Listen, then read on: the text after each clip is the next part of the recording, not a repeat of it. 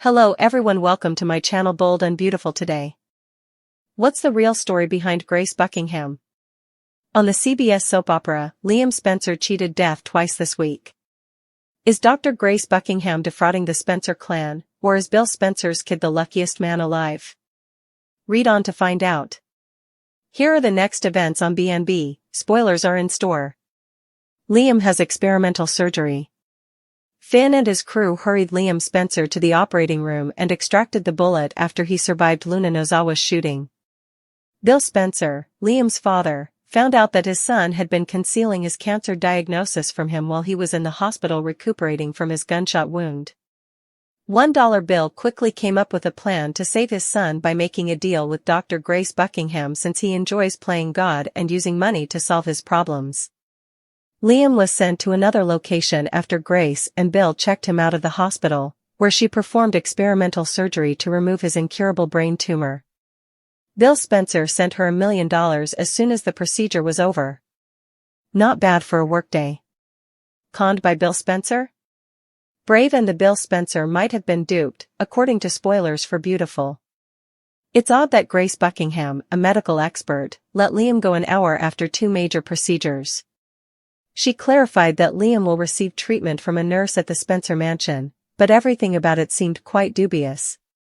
Not to mention all the sleazy activities Grace's husband engaged in, such as stealing and selling infants using his medical qualifications. What if Liam Spencer's father spends $1 million on a fictitious surgery and he wakes up with nothing changed?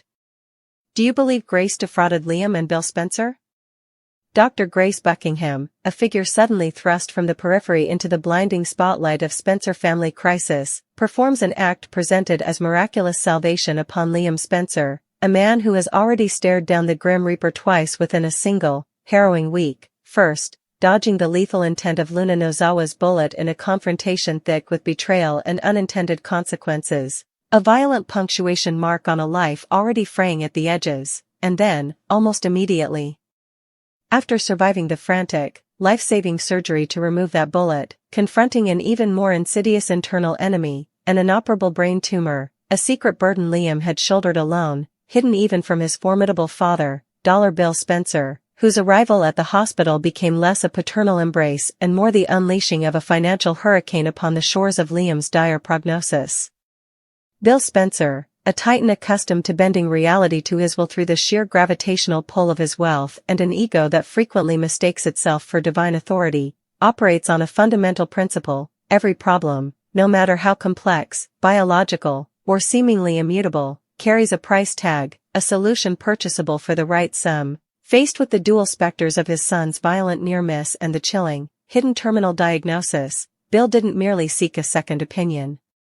He sought to purchase a rewrite of Liam's fate, bypassing conventional medical pathways and ethical committees with the swift, decisive action of a man used to closing billion-dollar deals before lunch, and it was in this crucible of paternal panic and limitless resources that Dr. Grace Buckingham emerged, not as a humble healer within the established corridors of the hospital, but as a shadowy deus ex machina offering an experimental, and proven, and breathtakingly immediate solution, whisking the barely stabilized Liam away from post-operative care to an undisclosed location, a move that instantly raises alarm bells, stripping away the safeguards of institutional oversight and peer scrutiny, where she performed, under conditions shrouded in secrecy, a radical surgery declared to eradicate the previously deemed inoperable tumor, a feat achieved with such astonishing speed that Liam was discharged a mere hour after undergoing not one, but two major, life-threatening procedures, gunshot recovery and invasive brain surgery, an act of medical audacity bordering on the fantastical, swiftly rewarded by Bill with a wire transfer glowing with 7 zeros, a cool $1 million landing in Grace's account as a payment for a delivered commodity rather than a complex, life-altering medical intervention, a transaction completed with the clinical efficiency of a stock trade, leaving behind a chilling void where post-operative monitoring, intensive care, and the fundamental tenets of patient recovery should reside, replaced only by the vague promise of a visiting nurse to the Spencer mansion, a flimsy bandage over a gaping wound of procedural irregularity. This whirlwind sequence, presented as Liam's incredible double dodge of death and the Spencer fortune buying a miracle, is not merely improbable, it reeks of a meticulously orchestrated con, casting Dr. Grace Buckingham not as a savior, but as the potential architect of an elaborate, cruel fraud preying upon a father's terrified love and a son's vulnerability, a suspicion amplified tenfold by the dark, inescapable shadow of her own past associations, specifically, the monstrous legacy of her late husband, whose abuse of medical privilege descended into the unspeakable horror of stealing and selling infants, a chilling precedent that irrevocably stains Grace Buckingham by proximity, forcing the unavoidable question, what depths of deception might a person be capable of, or at least willing to overlook for immense profit, when their closest intimate partner demonstrated such a profound, predatory betrayal of the very oath she swore? The circumstantial evidence against Grace Buckingham is damningly thick. The reckless haste in which she extracted Liam from a secure hospital environment immediately after major trauma, the implausibility of performing groundbreaking brain surgery and discharging the patient within 60 minutes, defying every known medical protocol for recovery and observation, the complete lack of transparency regarding the location, nature, and supporting team for this experimental procedure, the immediate, colossal financial payoff demanded and received before any evidence of success could be verified, and the haunting specter of her husband's criminal enterprise, which proves a disturbing familiarity with leveraging medical authority for grotesque, illegal gain. Could Grace Buckingham, potentially desperate for funds, embittered, or simply inheriting her husband's ruthless entrepreneurial spirit applied to a new, equally vulnerable demographic, the terminally ill rich, have exploited Bill Spencer's frantic paternal instinct? Did she perform any meaningful surgery at all, or was the entire charade, the secret location, the theatrical operation, the bandages, merely an elaborate pantomime designed to separate a desperate billionaire from his money while offering false hope to a dying man? The terrifying possibility looms that Liam Spencer, when he finally emerges from the haze of trauma and sedation in the opulent confines of the Spencer mansion, might find nothing has changed. The debilitating symptoms of his tumor persist, the scans show no improvement, the promised miracle evaporating like mist, revealing the cold, hard truth that his father's $1 million gamble was placed on a ghost procedure, a surgical sleight of hand performed by a doctor whose credibility is irrevocably tainted by association and whose actions scream not of medical breakthrough, but of calculated opportunism. Is Grace Buckingham a pioneering genius operating beyond the constraints of red tape, or is she the most dangerous kind of predator, one wielding a stethoscope and the veneer of respectability to execute a con of breathtaking scale and cruelty, turning Liam's fragile survival into the opening act of an even more devastating betrayal, leaving the Spencer clan not celebrating a miracle, but reeling from an unimaginable scam that traded their hope and wealth for nothing but lies and a lingering, unanswered question, what is Grace Buckingham really up to? The scalpel she wielded might have been real, but the salvation it promised feels chillingly, perilously fake. At last, Dr. John Finnegan loses his temper. In order to satisfy his wife Steffi Forrester, Finn went above and fulfilled all of her requests. Is this the end of it? Shin's marriage is beginning to show signs of strain, and in the coming weeks, B&B viewers will likely see a different side of the good doctor. Below are spoilers for what will happen next on Bold and Beautiful. Luna's death strikes the positive doctor hard. When Dr. Finn first found out that his daughter Luna Nozawa was dead and gone after the fatal shooting, he appeared unconcerned. Since everyone is rushing to save Liam Spencer, Luna's death has been put on hold. The shock will eventually subside as the dust settles. According to B&B spoilers, John Finnegan will finally have to confront the devastating reality of his biological daughter/cousin's passing. The fact that Luna is no longer a threat to Queen Steffi and her family will make her very happy. The couple will become apart as a result of her heartless response to Finn losing his daughter. To make matters worse, Finn's wife will leave town to be with her dying ex-husband when he needs her the most. The kind and devoted husband Steffi left behind might no longer exist when she gets back. Since they got married, Finn has forgotten and forgiven many of Steffi's reservations. It may be argued that instead of blaming her husband for being the sperm donor for Aunt Poppy's child 2 decades ago, Steffi should now give him some leeway. Finn leaves Steffi. When Steffi Forrester returns home, Finn might present her with divorce papers instead of a warm welcome. Does Finn deserve better, in your opinion? Is it unjust of Steffi to hold him accountable for Luna's transgressions? For Dr. John Finnegan, the path to marital bliss with Steffi Forrester has always been paved with relentless accommodation, a landscape where his own needs, history, and even profound grief were often relegated to the periphery in the relentless pursuit of her happiness. He wasn't just a loving husband, he transformed into a paragon of patience, absorbing slights, overlooking questionable alliances, and contorting his own sense of self to fit the mold Steffi demanded. He met every demand, navigated every familial Forrester storm at her side, and forgave transgressions that would have shattered lesser men, all in the name of preserving their Shin fairy tale. Yet, beneath the surface of the devoted physician and doting spouse, a tectonic pressure was building, fueled by suppressed pain, unacknowledged loss, and the gnawing sense that his emotional currency was perpetually devalued in Steffi's economy of love. The catalyst for the inevitable seismic shift wasn't a singular, grand betrayal, but the cruel convergence of two devastating events, the brutal murder of his newly discovered biological daughter, Luna Nozawa, and Steffi's breathtakingly callous response to that loss, culminating in her abandonment during his darkest hour to tend to the very man who has long been the specter haunting their marriage. This perfect storm of grief and perceived betrayal is finally shattering Finn's legendary composure, revealing not a villain, but a deeply wounded man pushed beyond the limits of human endurance, signaling that enough isn't just a concept anymore, it's a battle cry echoing from the depths of his broken heart, heralding the potential demise of Shin as we know it and the emergence of a Finn forged in the fires of profound disillusionment. The initial numbness Finn displayed upon learning of Luna's horrific death in the shootout was less indifference and more the brain's desperate, temporary shield against an unimaginable trauma. Luna's existence was a complex, soap-operatic revelation. She was simultaneously his biological daughter, conceived via sperm donation years before he knew Steffi, and his cousin, the daughter of his Aunt Poppy. This tangled biological knot was fraught with its own drama, but beneath the surface complexity lay a simple, human truth: Luna was his flesh and blood, a connection abruptly severed by violence.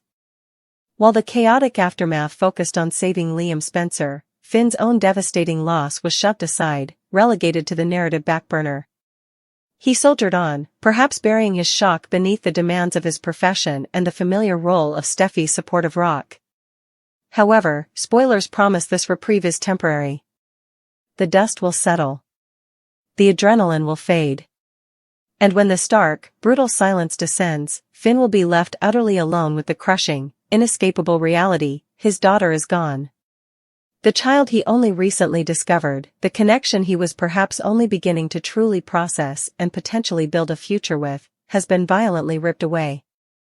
This delayed grief is a ticking time bomb, its fuse lit the moment the immediate crisis subsided, destined to detonate with catastrophic force upon his fragile emotional state. The good doctor isn't immune to despair, he's merely been granted a horrifyingly brief stay of emotional execution. It is Steffi Forrester's reaction to this monumental tragedy, however, that transforms Finn's private grief into a corrosive force within their marriage. Steffi, ever the protective lioness, views Luna's death not through the lens of Finn's paternal loss, but through the prism of perceived threat elimination.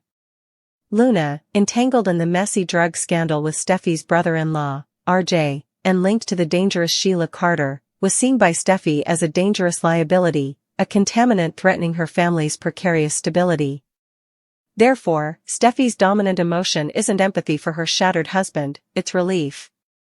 Cold, calculated relief. Spoilers confirm her callous attitude towards Finn's anguish, her inability, or perhaps unwillingness, to mute her own satisfaction long enough to truly see his pain, will act like acid, eroding the very foundations of their bond. Her focus remains steadfastly on the removal of a problem, utterly blind to the fact that the problem was Finn's child. This isn't just a failure of empathy, it's a fundamental betrayal of their partnership. It screams that Steffi's priorities, her definition of family safety and security, supersede Finn's deepest emotional needs. Her relief is a visceral rejection of his grief, a dismissal of his fatherhood, and a stark reminder that her worldview remains rigidly centered on the Forresters and Spencer, leaving Finn perpetually on the periphery, even in his moment of greatest need. Her inability to offer genuine comfort, to share the burden of his loss, or even to pretend to understand its depth, creates an unbridgeable chasm of loneliness right beside him in their marital bed. The ultimate, unforgivable blow, the insult added to the grievous injury of Luna's death and Steffi's chilling reaction, is her physical abandonment.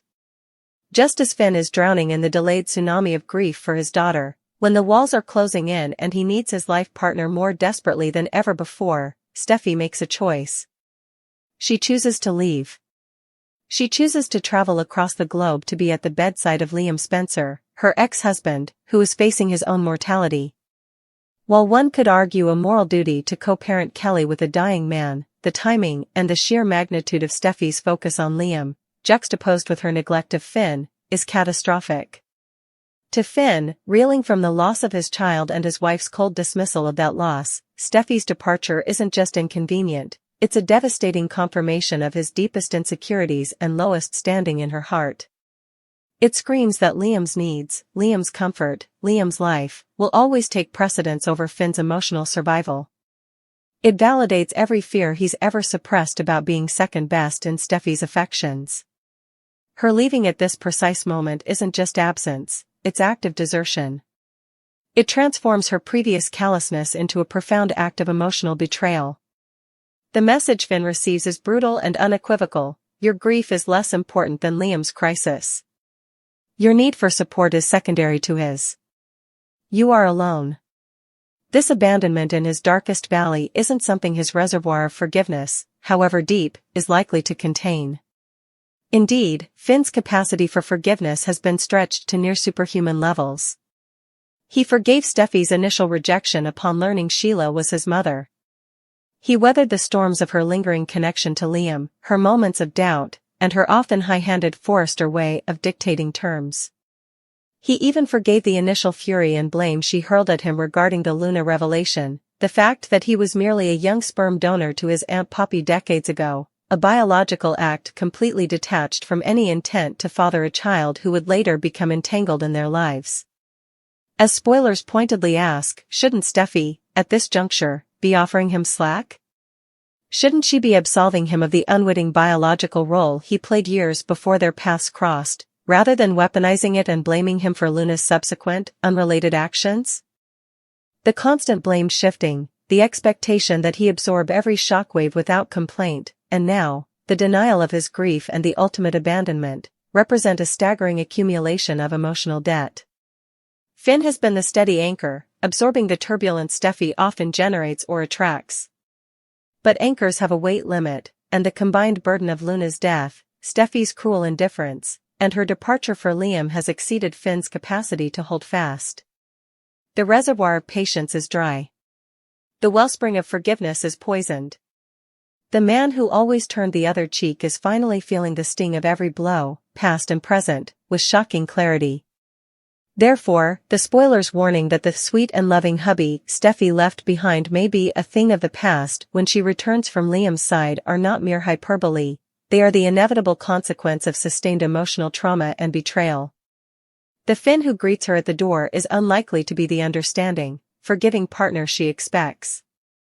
The numbness has worn off, replaced by a cold fury born of profound hurt and disillusionment. The scales have fallen from his eyes. He sees, perhaps for the first time without the filter of desperate love, the imbalance of their relationship, the ease with which his pain is disregarded, and the unwavering priority Liam holds in Steffi's heart. This Finn has been forged in the crucible of loss and abandonment. He is raw, he is wounded, and crucially, he is done. The unthinkable becomes not just possible, but probable: divorce papers. Serving Steffi with divorce papers wouldn't be an impulsive act of revenge, but the final, heartbreaking act of self-preservation from a man who has finally realized that loving Steffi Forrester costs too much. It cost him the chance to know his daughter in life, it cost him the right to grieve her in death, and it very nearly cost him his own soul in the process. He's not losing his cool, he's finally reclaiming his self-respect, however painfully. So, does Finn deserve better? Unequivocally, yes. He deserves a partner who prioritizes his grief over their own relief, who offers unwavering support in his darkest hour instead of fleeing to an ex's side, and who loves him without the constant shadow of another man or the expectation of saintly forbearance. Is Steffi being unfair blaming him for Luna's crimes? Absolutely. holding Finn responsible for actions taken decades after a detached biological donation, actions driven by Sheila Carter's malevolence and Luna's own desperate circumstances, is irrational, cruel, and a transparent attempt to deflect blame and avoid confronting the uncomfortable complexities of the situation and her own failings as a supportive spouse. Finn's impending eruption isn't about being not nice anymore, it's the volcanic release of pressure from years of emotional suppression and the devastating impact of recent, unforgivable wounds. It's the sound of a good man finally reaching his limit, not with a whimper, but with the righteous, shattered roar of a heart pushed beyond breaking. The era of Shin built solely on Finn's infinite accommodation is over. What emerges from the rubble may be a Finn finally living for himself, even if that means living without the woman for whom he once sacrificed everything. Enough, indeed, is finally enough.